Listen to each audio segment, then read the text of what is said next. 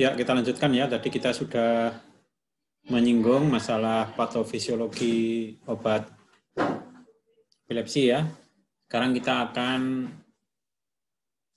diskusi mengenai mengenai terapi epilepsi ya. Tadi sudah terakhir dalam video terakhir saya sampaikan mengenai diagnosis. Jadi diagnosis itu epilepsi itu diagnosisnya itu memerlukan teknologi, yaitu menggunakan teknologi yang paling lama itu menggunakan teknologi EEG ya, atau elektroencephalograph. Jadi ada alat yang dinamakan rekam otak ya, ini alat paling sederhana ya. EEG ini wujudnya seperti grafik gitu ya. Itu adalah alat yang paling sederhana, tapi itu mungkin tidak bisa menentukan jenis dari epilepsinya ya, agak sulit ya. Kemudian yang agak canggih yang sudah cukup banyak dikenal pakai CT scan ya. Nah, kalau menggunakan CT scan, kemungkinan besar dokter akan bisa melihat kondisi dari pasien ya secara lebih detail ya, apakah termasuk ke dalam partial seizure ya, atau masuk ke dalam general seizure ya, atau yang parah, apa yang ringan. Dan alat yang paling canggih adalah memakai MRI ya. MRI ini paling canggih dan mungkin jarang dipakai ya untuk epilepsi karena memang sangat mahal ya. Alat ini lebih detail ya, melihat melihat gambar ya, lebih detail lagi daripada CT scan. Kemudian untuk sasaran terapi ya, jadi untuk terapi epilepsi ya, kita harus tahu ya, sebagai farmasis harus tahu sasaran terapinya ya. Sasaran terapinya adalah mengontrol supaya pasien tidak kejang dan mengurangi efek samping dari obat. Ya, jadi nanti karena terapi epilepsi itu jangka panjang ya, tentunya efek samping itu harus kita perhatikan ya. Beda kalau kita minum antibiotik ya, minum antibiotik cuma 3 hari, 4 hari, efek sampingnya mungkin ada tapi tidak terlalu perlu banget kita perhatikan ya. Tapi kalau kita minum obat jangka panjang ya, misalnya minum obat hipertensi, minum obat gula, minum obat termasuk obat epilepsi ya, itu efek sampingnya harus kita perhatikan betul.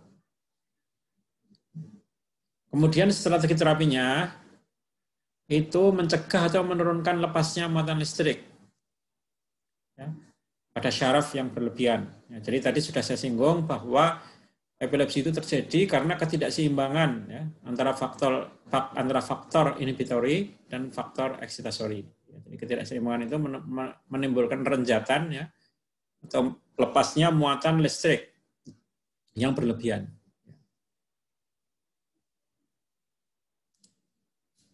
Kemudian prinsip umum dalam terapi epilepsi. Jadi terapi epilepsi itu sebagaimana terapi-terapi yang lain ya, misalnya terapi hipertensi ya, terapi gula, itu adalah lebih baik pakai monoterapi dulu ya. Jadi terapi epilepsi itu lebih disarankan memakai teknik monoterapi atau obat tunggal ya. Kenapa kok kita harus menggunakan monoterapi? Karena untuk menghindari efek sampingnya ya, atau mengurangi efek sampingnya, atau mengurangi potensi efek sampingnya. Kemudian yang kedua, meningkatkan kepatuhan pasien ya. Jadi meningkatkan kepatuhan pasien itu sangat penting ya, karena pasien kalau minum obat dalam jumlah yang banyak ya, berkali-kali ya, sehari lebih dari sekali, lebih dari 2 kali ya, maka pasien bisa jadi lama-lama akan malas ya, akan menurunkan kemauan pasien untuk terus minum obat. Ya. Sementara tadi sudah saya singgung bahwa terapi epilepsi itu adalah terapi jangka panjang. Kemudian tidak terbukti juga ya bahwa politerapi itu lebih baik daripada monoterapi. Jadi dalam pengobatan epilepsi itu, politerapi itu sudah dibuktikan bahwa politerapi atau terapi dengan kombinasi obat itu tidak lebih baik daripada monoterapi. Perlu diketahui bahwa dalam farmakoterapi itu tidak selalu monoterapi itu lebih baik. Ya. Contohnya pada pengobatan TBC atau tuberkulosis. Ya. Pada pengobatan tuberkulosis itu justru harus menggunakan obat yang lebih dari 1. Ya. Kenapa? Karena strain dari bakteri TBC itu lebih dari 1. Jadi tidak selalu monoterapi ya. Jadi farmakoterapi itu tidak hanya mengenal monoterapi, tapi juga mengenal politerapi tergantung dari jenis penyakitnya. Jadi kalau khusus untuk epilepsi itu memang harus awalnya itu kalau bisa harus menggunakan terapi obat tunggal ya atau monoterapi.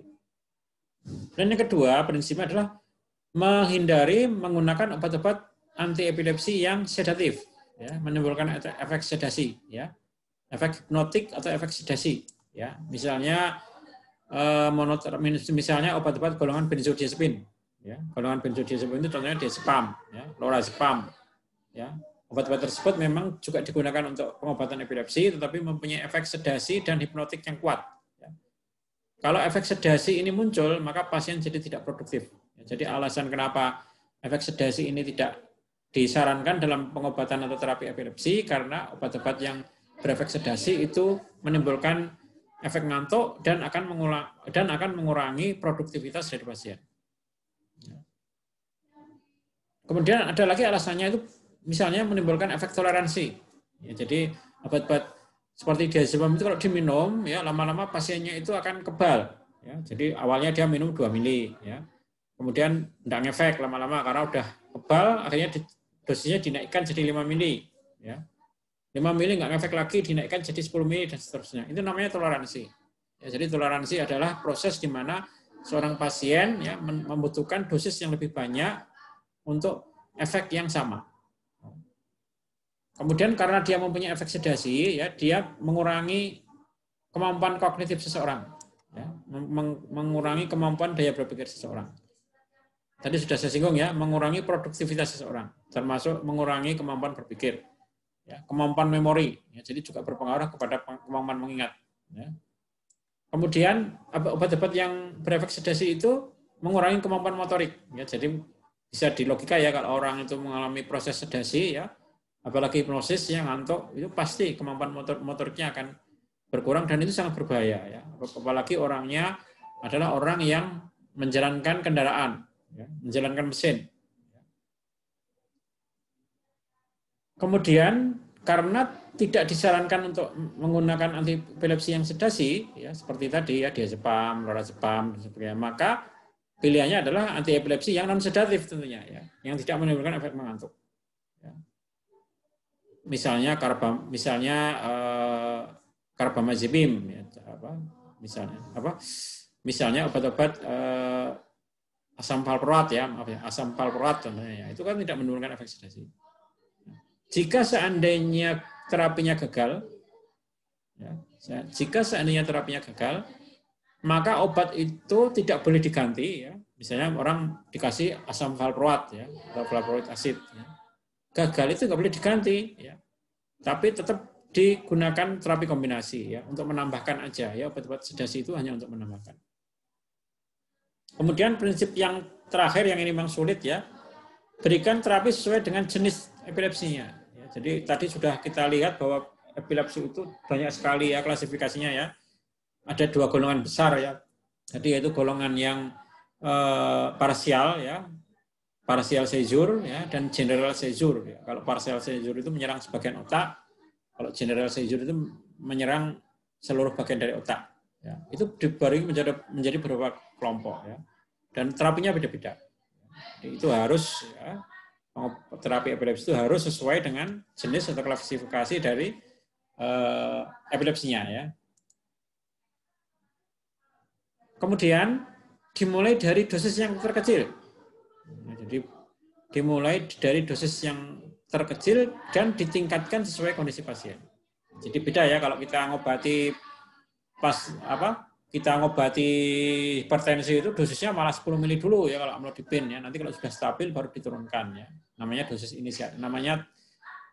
inisiasi ya. Tapi kalau epilepsi itu dosisnya yang kecil dulu yang dipakai ya. Jadi beda ya, tidak semua terapi itu dari dosis terkecil ya. Tidak selalu ya. Antibiotik itu rata-rata dosisnya gede dulu ya. Bahkan kalau kita minum asam efenamat itu dosisnya 500 mili dulu ya, baru setelah itu diparau. Jadi kalau epilepsi itu memang spesifik ya, dosisnya dari dosis yang terkecil. Kemudian ditingkatkan ya sesuai dengan kemampuan dari obat itu ya. Apakah dengan dosis seperti itu sudah mampu? Kalau belum mampu ya ditingkatkan lagi dosisnya.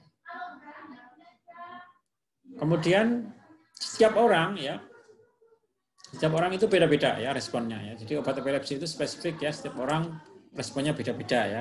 Ya jadi dosisnya ini sudah benar ya, tapi pada orang lain itu beda ya. Dan dosis ini harus dipantau secara ketat ya. Karena memang obat-obat epilepsi itu cukup toksis ya dan punya banyak efek samping.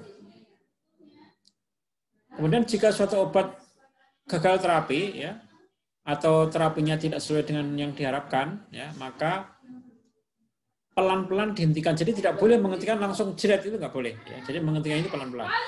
Dengan cara mengurangi dosisnya pelan-pelan. Ya. Beda kalau kita... Kalau yang di Prodi mah bisa dikontrol. Beda kalau kita minum obat hipertensi ya. Obat-obat hipertensi itu kalau tiba-tiba responnya nggak bagus, bisa langsung dihentikan ya, kemudian bisa diganti. Kalau ini nggak bisa, jadi harus pelan-pelan.